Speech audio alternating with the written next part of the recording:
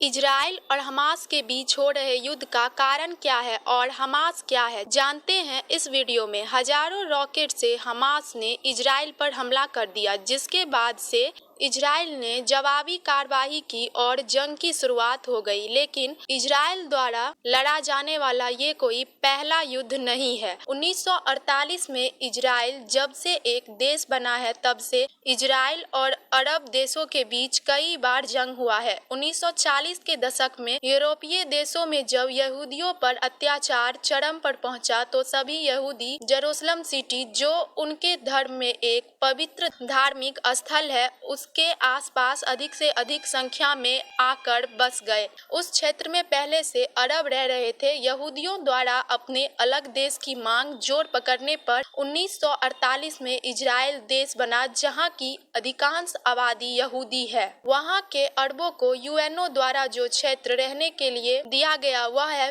फिलिस्तीन। Jerusalem Muslims और यहूदी दोनों के लिए धार्मिक स्थल है और इसी के कारण यूएनओ ने इसे अपने अधिकार में रखा। समय बीता और जेरूसलम पर इजराइल का हस्तक्षेप बढ़ता गया। इजराइल में अल आक्सा मस्जिद है, जो इस्लाम धर्म में मक्का मदीना के बाद तीसरा सबसे पवित्र स्थान माना जाता है। साथ ही इजराइल में यहूदी धर्म के लोगों का पवित्र स्थल टेम्पल माउंट है। इस प्रकार जेरूसलम दोनों धर्म के लोगों के लिए एक पवित्र स्थान है। हमास जेरूसलम को अपने कंट्रोल में लेना चाहता है और इस कारण से भी कई बार हमास इजराइल पर हमला करता आ रहा है। हमास कट्टर धार्मिक लोगों का संगठन है, जिसका स्थापना 1987 में हुआ। इस समूह को इजराइल, संयुक्त राज्य अमेरिका, यूरोपीय संघ के साथ साथ अन्य कई देश ने एक आतंकवादी समूह के रूप में घोषित किया है। वेस्ट बैंक और गाजा को फिलिस्तीनी क्षेत्र के रूप में जाना जाता है। वेस्ट बैंक में फतह का शासन है, वही गाजा पर हमास का कंट्रोल है। हमास का उद्देश्य इजराइल के समस्त क्षेत्रों को मिलाकर अरब देश बनाना है।